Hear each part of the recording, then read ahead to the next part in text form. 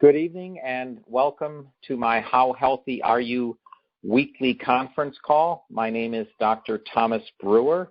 I'm a PhD chemist, and last week we got a suggestion about a topic for this week's call, and it was on the adrenal glands.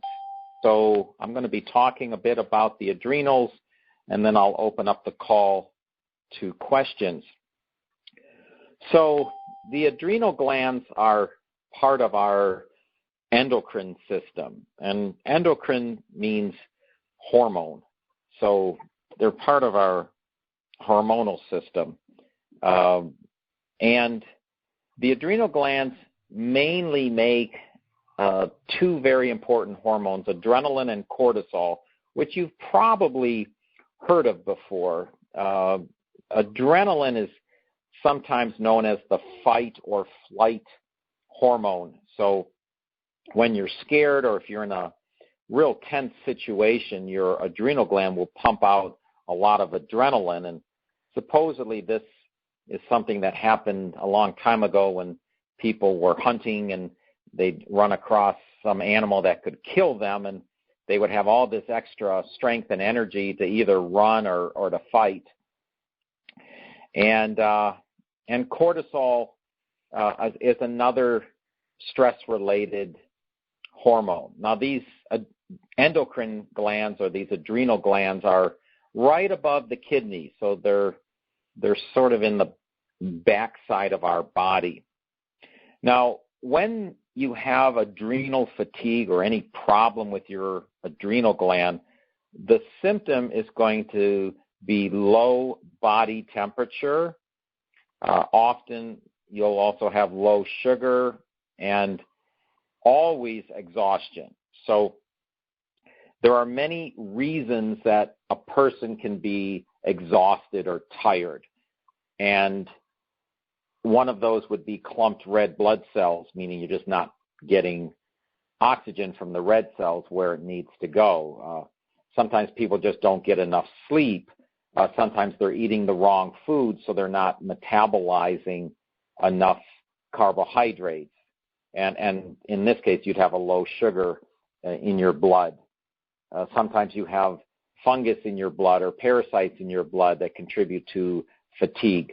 Sometimes you just don't get enough sleep, and that's why you're tired.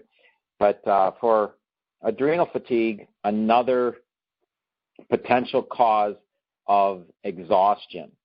But usually it's exhaustion combined with low body temperature. These adrenal glands' main job is to help us metabolize sugar so that we produce energy. And that's why when people have adrenal fatigue, there's not enough sugar in their system, and that's why they're tired, because it's the sugar in our body, when it's utilized correctly, that's our energy source. In fact, our brains run on sugar. They run on sugar and fat. That's why there's this joke of people being a fathead. But all of us need fats and sugar for our brains to run optimally. Now, cortisol, which is one of the main hormones produced by the adrenal glands, it works with insulin, and insulin's well known to drag sugar into molecules or into tissue, and once it's utilized, then you get energy. So in order for us to utilize sugar efficiently, we also need the cortisol hormone. In general, hormones send a signal. We talk about hormones and enzymes. Hormones send a signal. Enzymes make reactions go faster. They're normally working hand in hand. The body is just a wonderful structure, just amazing what it can do and how complicated it is. When there's adrenal fatigue, a lot of the time the problem is a poor diet, meaning foods that tend to be stimulants. And another main cause for adrenal problems is genetics. So it'll run in the family. Now, the foods that would be bad would be your stimulants. That would be overdoing it with chocolate, again, caffeine, or overdoing it with coffee.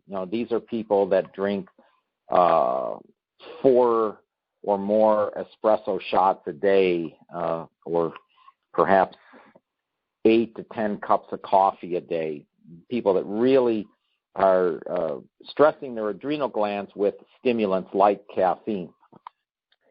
The solution is rather easy, and I think that's what most people are waiting for. What can I do to heal my adrenal glands? First thing, best thing to do is to eat foods high in vitamin C.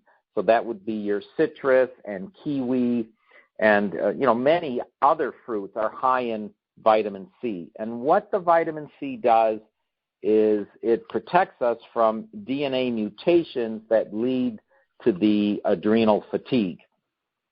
The second thing to do is to take in more magnesium. Now, we can get magnesium right from our food.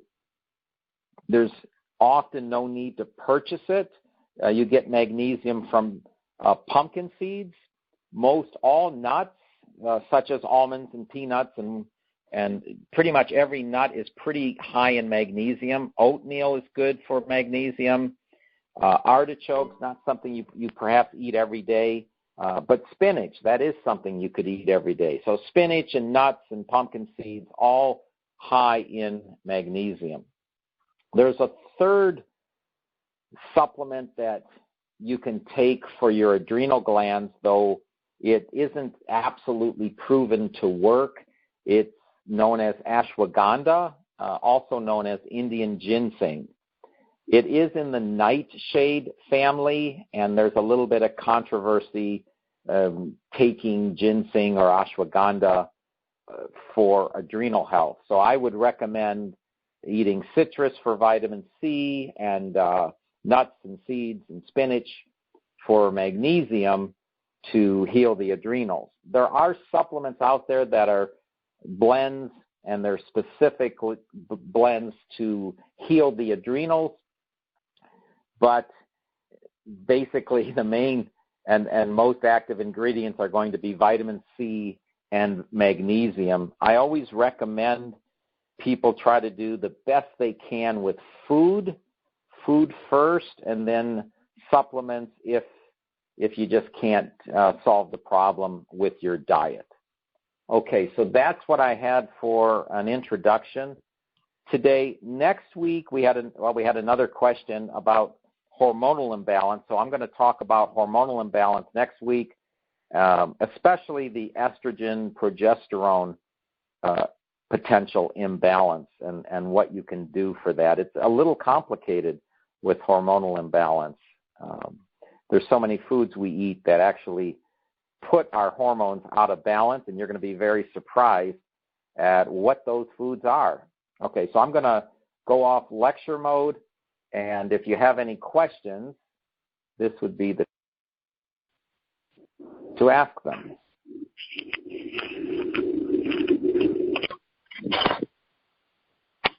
Yes, I have a question. Yeah. I have a question on like heavy brain fog and muscles that are tight or sore, and adrenal fatigue was another question I was going to ask. I didn't know if that all has something to do, tie in together. Yeah.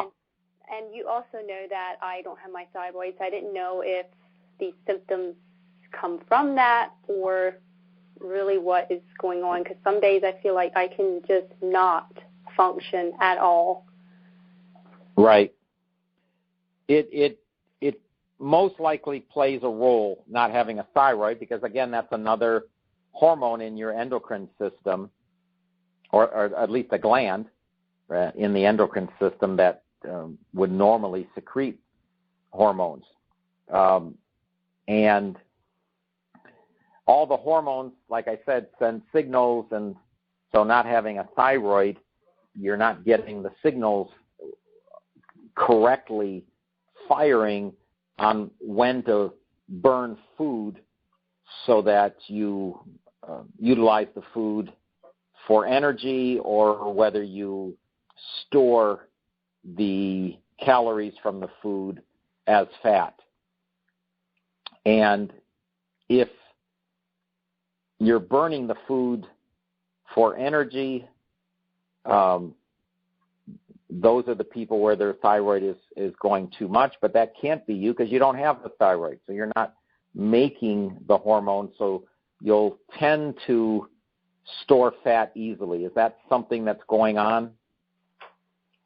I wouldn't say so, no.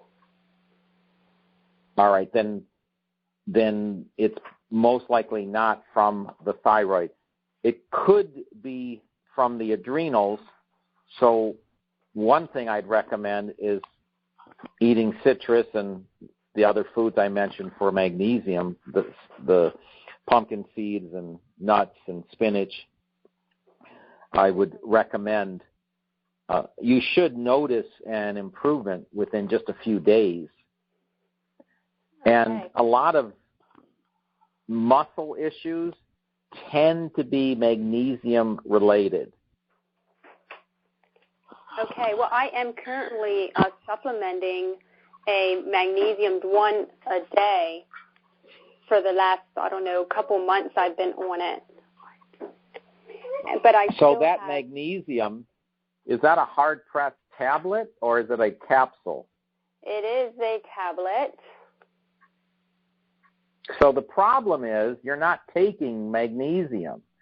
You're taking magnesium carbonate, which never breaks down, never absorbs, and you're just pooping it out. Okay, so I should be looking for something liquid or powder? Yes, you want to look for something that's a powder or a capsule, and it'd be even better just to eat the foods with magnesium because they will absorb very well, or both. But right now, it's as if you're not taking magnesium. Okay. And what about like adrenal support? You see those vitamins on shelves, and I didn't know if that would be something that I should be taking. Right, and the active ingredients will be vitamin C and magnesium. Okay. And potentially also Indian ginseng or ashwagandha. Okay. So that's what they'll have in them as active ingredients. They'll have other ingredients. It will look like a multivitamin is what it'll look like. Okay. So it'll just be an overpriced multivitamin. Okay. But I do take a multivitamin, but that would not be in place of this, put it that way. Right. And is your multivitamin a capsule? Well, actually, I'm taking yours. Then that's good. So that'll help. Yes, and I was also wondering about the enzymes, too, as far as digesting food and your brain getting fed. I didn't know if that has something to do with why I feel the way I do. I do take an enzyme every meal, and that is also powder. It is. The enzymes are capsules. Yep. The Enriching Gifts enzymes? No, this is from Melaleuca. I don't know if you... Yeah, that one's decent also. You're probably not taking enough because that enzyme is about 1/10 the activity of an Enriching Gifts enzyme, so you'd have to take 10 of those at a time. I see. Would that be like which is awfully expensive. I mean, it's prohibitively expensive to do that. So, like, if I would take yours, would I take one every meal? Yep. Yeah. Yeah. Okay. And you had mentioned, like, low blood sugar. Could low blood sugar also be tied into... Yes, absolutely. Absolutely. And so blood sugar is another complicated event because we need sugar in our blood, and we need it to get where it needs to go. but we don't want it to pool in our blood. So we don't want it to concentrate. And when that happens, you're typically going to be labeled type 2 diabetic because the sugar isn't getting where it needs to go, and what drags the sugar into the cells is the insulin. Now, the insulin is produced in a different gland called the pancreas. So usually sugar issues result from some problem in the pancreas. And usually problems in the pancreas result from poor protein digestion. I see. So that's where the enzymes would come in at. Exactly. Yep. Okay. Yeah. That's most of the time. That's the way it works. So you get a lot better sugar absorption. So you're not having a deficiency of sugar in your cells, as long as the pancreas can make the insulin so that the insulin can do its job and drag the sugar into the cells. Okay, so enzymes are very important to be taken. Yes, they're a big part of the equation. The other thing is the pancreas makes two competing hormones, and just so everybody knows, all the hormones have an opposite because hormones provide a signal. So you can't always give a signal to do something. You also have to give a signal not to do something. So the glands, these endocrine glands, hormone glands, they typically make competing hormones. And so the opposite of insulin is called glucagon. And so the pancreas makes both insulin and glucagon. And what we want is our glucagon levels to remain high so that we burn fat and get a lot of energy from the fat in our bodies.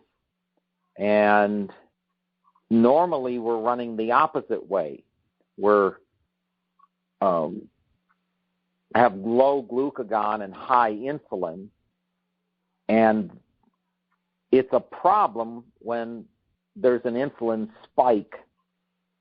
And that insulin spike is a result from eating the wrong carbohydrates. So these are going to be your sugar-type carbohydrates, whether it's sugar itself or a food that converts to sugar quickly, like processed grains and an excessive amount of fruit, or especially fruit juice, and any food with concentrated sugars like high fructose corn syrup or any syrup at all. And the body has to respond to that high sugar spike in the blood with the high output of insulin. And that insulin spike is always a problem. You're in the opposite realm because you want insulin to be low and glucagon to be high.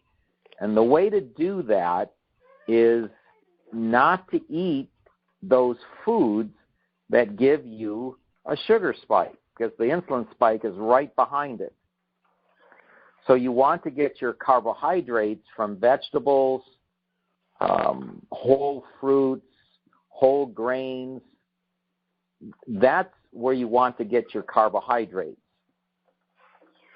And when you don't, you always end up with trouble, because you end up with a sugar spike that's followed by an insulin spike, and that's the beginning of problems in the body. Hormones get out of balance, and the result is some form of inflammation. Okay. So in the morning, would you suggest what is the best thing to eat right away in the morning to help things be a little more stable? Because I usually feel sometimes weak and shaky, and I know that my sugars something's going on with them.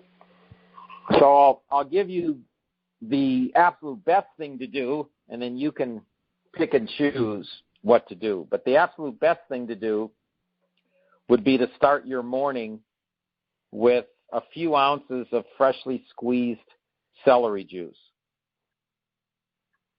And then about 20 to 30 minutes later, you would have some oatmeal with fruit. Now, that's the ultimate, great thing to do, assuming you're not allergic to celery or fruits or oatmeal.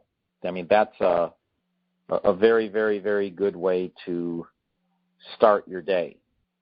Maybe you don't have time to do that, but that's really optimum, and it'll help cleanse your liver and lead you to health. It'll help get rid of inflammation. Okay, we often do have baked oatmeal in the morning for breakfast. Right.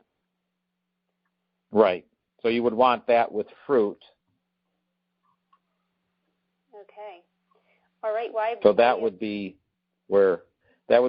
ideal way to start. Now, and it depends. I mean, some people, they need perhaps protein from eggs, and some people, it's not the way for them to go. So okay. It's surprising how many people are allergic to the foods they eat all the time, and that's the source of their problems and their inflammation. So, I mean, that's another reason I do the food allergy testing. It's always surprising when I give the results to someone what they're allergic to, and then once they avoid those foods, they feel so much better because they were eating those foods every day. Mm-hmm. That's interesting, and they probably don't even know that they're allergic to them, really. They don't. They have no idea because they never got a rash from the food or sneezing or runny nose or cough. They never had any symptoms, so they figured they weren't allergic. Right.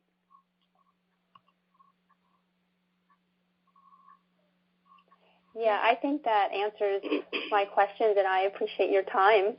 Oh, sure. That's why I do the calls. May I ask another question about the oatmeal? What Yeah. kind of oatmeal do you use? What kind Right. Good question. What kind of oatmeal to use? So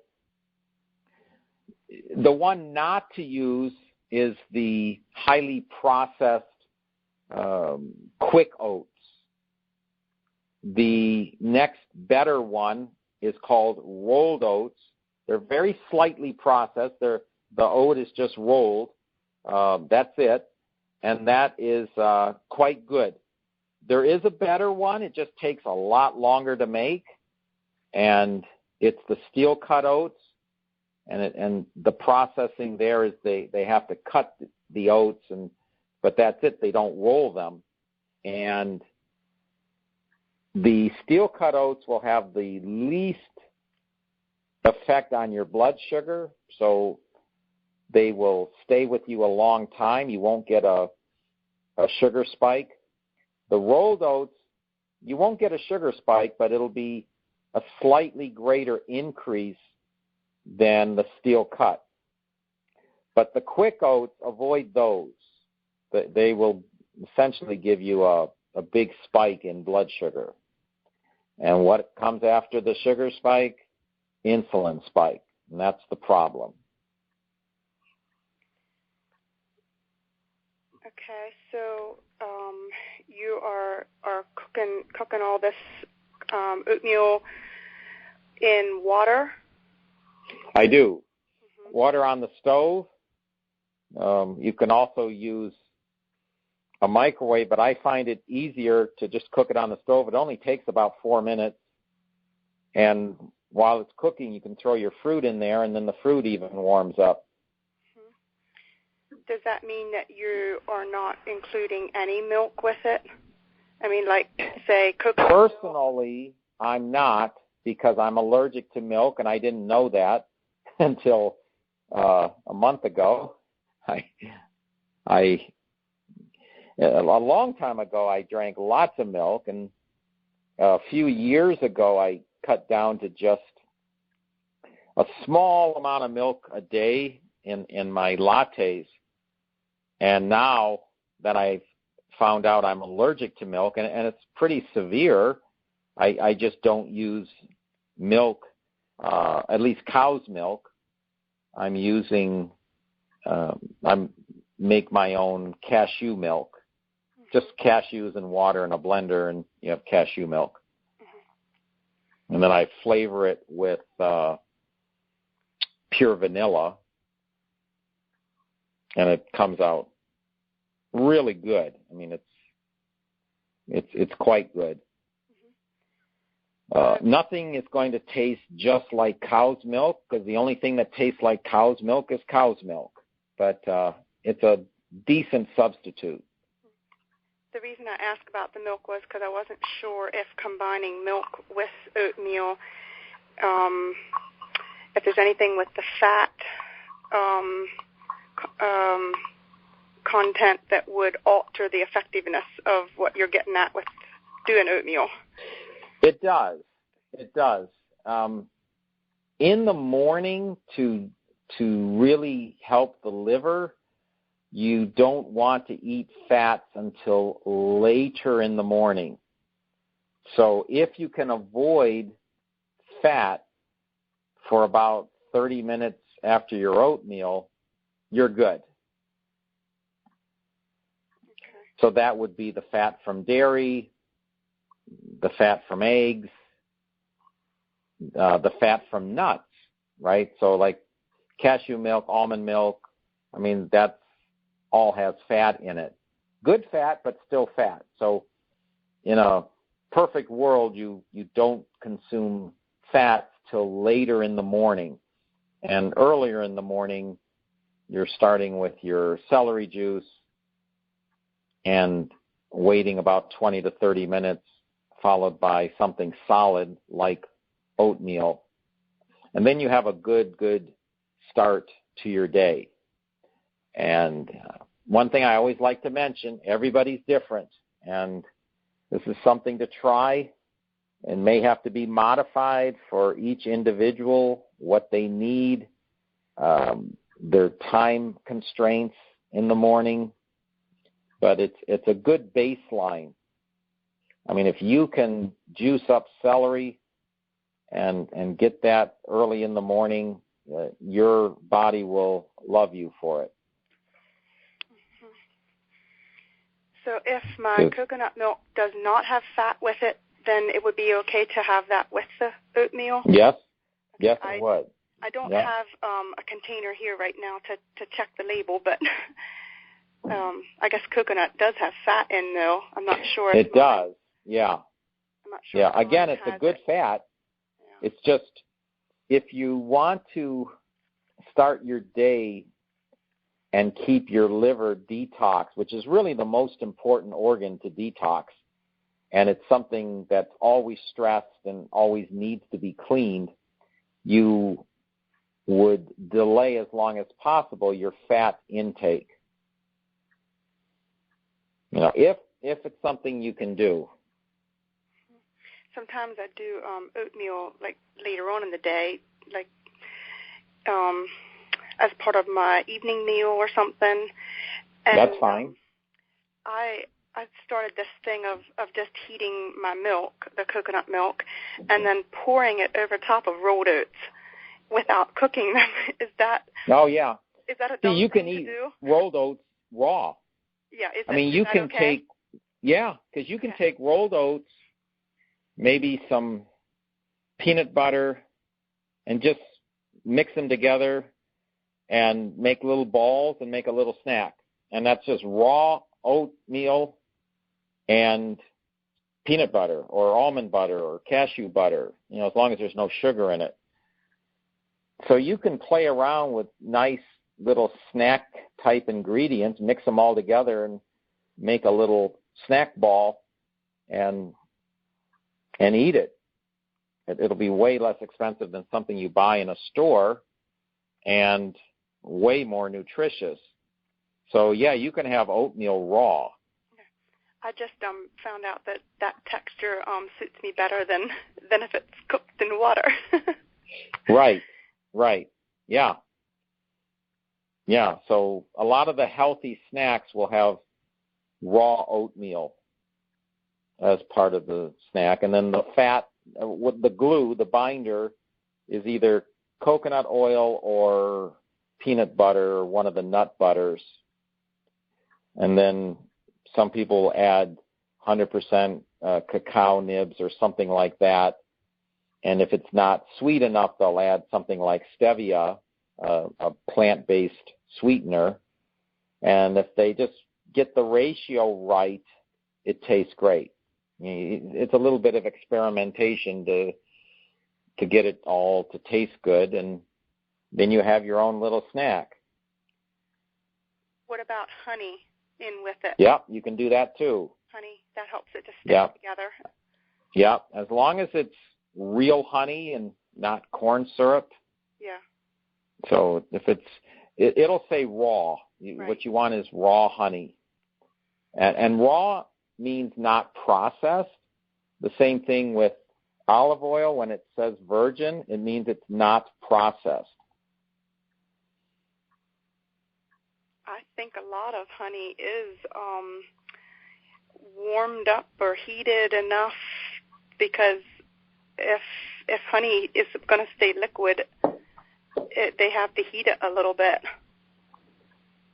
Yeah, it'll crystallize. Right. I've seen some raw honey in the stores. It's just real small containers, and it's really expensive. It is. It's almost prohibitive. But you want the larger containers, because then you get something called economy of scale. So the overall price per ounce goes down.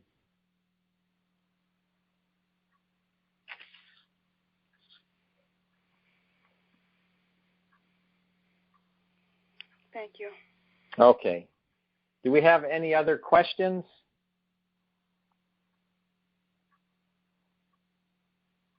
Okay. So I'm going to end the call. Don't forget, next week I'll be talking about hormonal imbalance and how some of the foods we eat cause that. So until then, I wish everyone a happy and healthy evening, and I'll be on the call next week. Okay. Good night, everybody. Thank you. You're welcome.